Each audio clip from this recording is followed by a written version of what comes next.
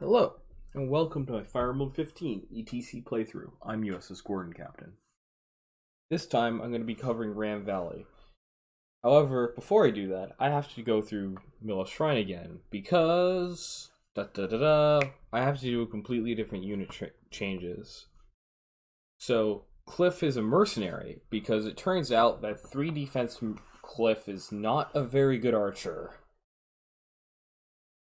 I had to reroute the whole game because of this. The other thing we're going to be doing differently is we're going to be using a different gray, obviously, because the two mercenaries is not a good combination. Archer Gray could have been interesting, but without 5 speed, Archer Gray isn't a very impressive unit. So instead, we're actually going to go with Mage Gray. Now, Mage Gray has a couple of major advantages. The first is that he has access to the Fire Spell.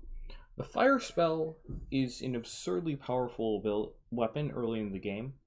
If you sort of look at enemy soldiers in Act 1, they'll have like 5 defense and 0 resistance. If you look at the enemy Cavaliers, they'll have 7 defense and 2 resistance. So you can sort of think of the Fire Spell as having 8 might attached to it, which is quite impressive. Now, it obviously has 3 weight, and later in the game it's going to be kind of bad. But in this early stage of the game, it's really important to have as many magic users as you possibly can have, because magic is sort of like your Jagan. They're super broken early, and they sort of fall off later. The next change, which is less obvious, is we're actually going to be going to intentionally give Tobin 1 speed, like I usually do, but then give Silk 0. This was a change that comes about for 2 reasons. The first is that sometimes, depending on exactly how the game plays out, you can actually intentionally have Silk face lethal combat, and if Silk would die, a Brigand might try to attack Silk instead of activating heal AI. Silk kills them on enemy phase, and we gain experience points. The other thing to think about is that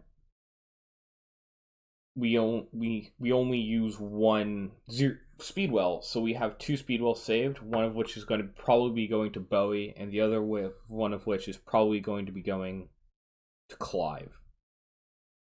So now on to this map. One of the important things to do is we're going to be feeding 2 units almost entirely throughout this run. We're going to be giving as many kills as possible to Tobin and as many kills as possible to Silk. We need to give a bunch of kills to these units because they'll need to reach very difficult thresholds in order to get certain positions. So Silk needs to get to level 7 before the final chapter of Act 1. And Tobin is going to need to get to level 6 before the 4th chapter of Act 3. These are all both actually quite hard thresholds to hit, and requires a lot of experience points given to Tobin. Here I skipped the enemy phase, and Tobin got a critical. Every unit in this run is going to be getting a surprising amount of hits and misses that matter. This run, or this particular map, has a lot of possible ways it can go depending on exactly how you get criticals and exactly how Tobin misses, which sort of make it really hard to get a firm grasp on a particular strategy. You just try to kill as many enemies as possible. Here, for example, what I try to do is I try to have Alm attack this Brigand, then Tobin's going to attack the Brigand, then Lucas is going to attack the Archer, and then Tobin's going to kill the Archer. This sort of 4-step procedure will allow me to get kills on the units I want to get kills on, which are Cliff, Tobin, and Silk, and avoid giving kills to units I don't want to give kills, namely Alm and Lucas. So here Lucas gets a critical, so can't have that. So Lucas, we have to turn wheel. This is the one turn wheel that I don't use for Silk rigging hits. Rigging hits with turn wheels are a mechanic in Shadows of Valentia, whereby you can go backwards in time to reset a position which you've already run through. This can let you do a variety of different things. This is typically done to prevent to rig dodges or rig hits. Sometimes it's done to rig a unlikely event. And in this case, in my cases, for the most part, it's going to be done to rig events with roughly 60-70% chance of happening to actually happen. Because, of course, 30% of the time, events with a 30% chance of happening happen. So, here on this enemy phase, we get to see one of the strengths of Tobin, which is that he hits ridiculously hard. Normally, the archer that Tobin attacked is actually going to be on the bottom side, which would allow Tobin to fight 3 enemies on enemy phase. In this case, Tobin got a critical, which allowed him to fight the 3rd enemy.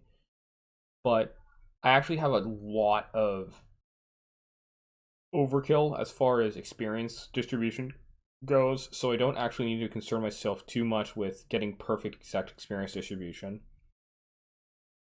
So, damage distribution, and focus mostly on kill distribution. So here, Silk misses, and we have to turn wheel to rig Silk's hits.